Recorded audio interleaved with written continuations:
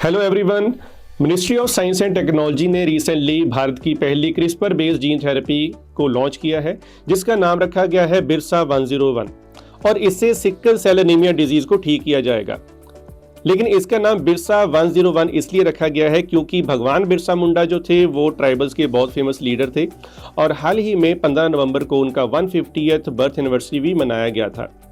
और क्योंकि भारत के जो सेंट्रल एंड ईस्टर्न रीजन है वहां पर सिकल सेल एनीमिया डिजीज बहुत कॉमन है, तो इस प्रोग्राम के जरिए इस रीजन में सिकल सेल एनीमिया को खत्म किया जाएगा। Birsa 101 CRISPR based gene therapy को डेवलप किया है council of scientific and industrial research ने and institute of genomics and integrative biology ने, और इस प्रोजेक्ट को पब्लिक प्राइवेट मॉडल पे डेवलप किया गया है। अगर हम क्रिस्पर जीन थेरेपी की बात करें तो इस थेरेपी से हम डीएनए के किसी भी डिफेक्टिव जीन को एडिट कर सकते हैं या फिर हम उसको डिलीट भी कर सकते हैं।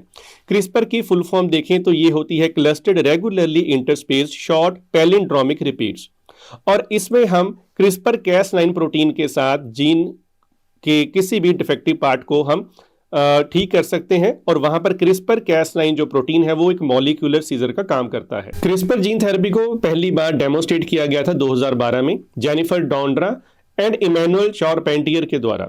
उनको 2020 में केमिस्ट्री के लिए नोबेल प्राइज भी मिला था। सिकल सेल एनीमिया की बात करें तो ये एक जेनेटिक ब्लड डिसऑर्डर होता है।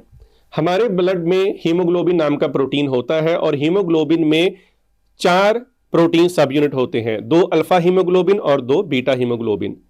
जो बीटा हीमोग्लोबिन होता है उसकी फॉर्मेशन जो है वो HBB जीन के द्वारा होती है, और जब इस जीन में म्यूटेशन होती है तो सिकल सेल एनीमिया होता है।